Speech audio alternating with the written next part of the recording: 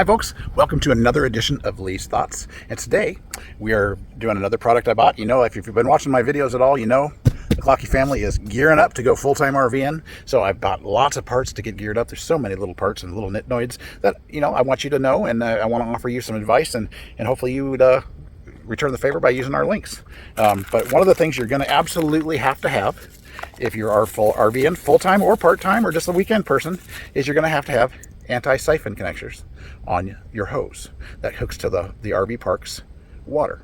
And all that does is it blocks water from flowing back into the park's water. So basically it is a safety thing so that you can't pump dirty water back into their well.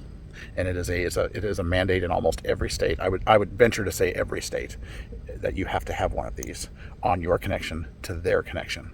So you just put it on the end of your hose and leave it there. I mean, there's a way to just fasten it, and then it screws right onto the park's water system. Super simple, but get yourself. They come in little sets of 2, and you can get them from Amazon. They come with washers. They come with the PFT tape, and they come in a cute little package, and you'll always have them.